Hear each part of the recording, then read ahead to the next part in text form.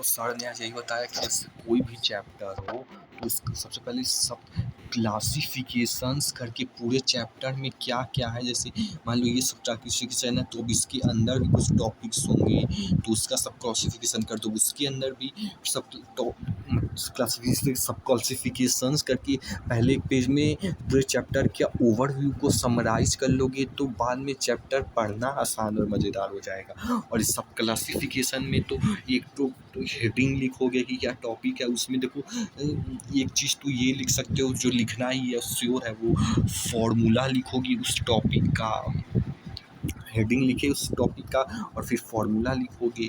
और जो है उसमें और चीज़ जो लिख सकते हो कि उसका थोड़ा बहुत एक्सप्लेनेशन लिख दो कि वो कॉन्सेप्ट क्या है, ये लिख सकते हो। एक्सप्लेनेशन लिख दो कि थोड़ा बहुत उसका, और एक चीज़ और लिख सकते हो कि डेफिनेशन भी लिख सकते हो। थोड़ा बहुत समझने वाला काम चीज़ें तो एक्सप्लेनेशन से काम चल जाएगा, तो एक्सप्लेनेशन से तो कहने का मतलब उस सब क्लासिफिकेशंस के अंदर जिसमें जितना पॉसिबल हो पाए कंसिस्टेंटली ये चल पाए, लॉन्गर सस्टेनेबल हो, सस्टेनेबिलिटी तरीके से जितनी चीज़ें उसमें ये लिख दो। इस तरीके से चैप्टर को समराइज हर कर दोगे तो चीज़ें आसान हो जाती हैं। जैसे कि फॉर एग्जांपल सॉल्यूशन वाले चैप्टर को समराइज किया जाए तो देखो उसमें सबसे पहले तो सॉल्यूशन की डेफिनेशन क्या होती है आ जाएगी, और फिर जो 9 टाइप्स ऑफ सॉल्यूशन, पता नहीं क्या था यार भूल गया, छोड़ो जो भी था 9 टाइप्स वो आ जाएगा इसमें, 9 टाइप्स जो हैं। और फिर कॉन्सनट्रेशन टर्म्स आ जाएगा, जैसे परसेंटेज वगैरह, जैसे कि इन परसेंटेज आ जाएगा। देखो परसेंटेज में भी अब 3 ठो परसेंटेज हो,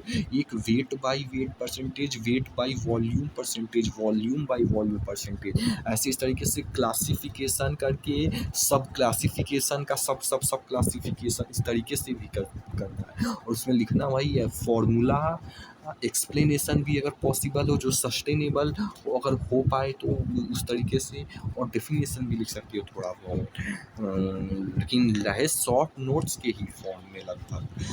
और देखो कॉन्सेंट्रेशन में मोलैलिटी भी आ जाएगा, मोलैरिटी भी आ जाएगा, नॉर्मैलिटी भी आ जाएगा, ये आ जाएगा।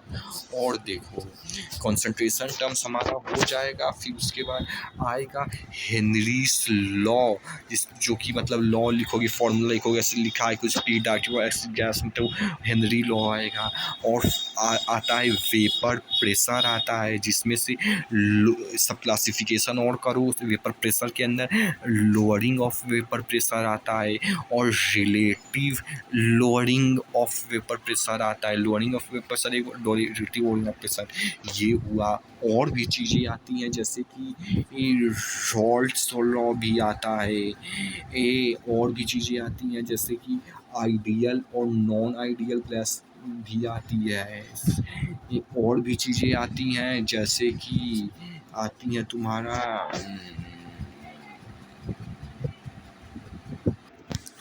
और आ जाएंगी। देखो ये यहाँ पे क्लासिफिकेशन करते से ख़त्म हो गया थी, इधर जगह नहीं बची इधर, इसलिए इधर से अब फिर से ला के लिख रहा हूँ। कोर्स पास किया क्योंकि स्कूल में इस तरीके से था तो इसलिए, लेकिन समझ जाना। और अब देखो मतलब कि बॉइलिंग पॉइंट भी हो गया, और बॉइलिंग पॉइंट को सब क्लासीफाई करोगे तो उसमें एलिवेशन ऑफ बॉइलिंग पॉइंट हो जाएगा। और ये एक टॉपिक और भी था, पता नहीं छोड़ जो भी था। और फिर अगला हो जाएगा टॉपिक फ्रीजिंग, जिसमें और सब क्लासीफाई करोगे फ्रीजिंग को तो डिप्रेशन इन फ्रीजिंग पॉइंट हो जाएगा।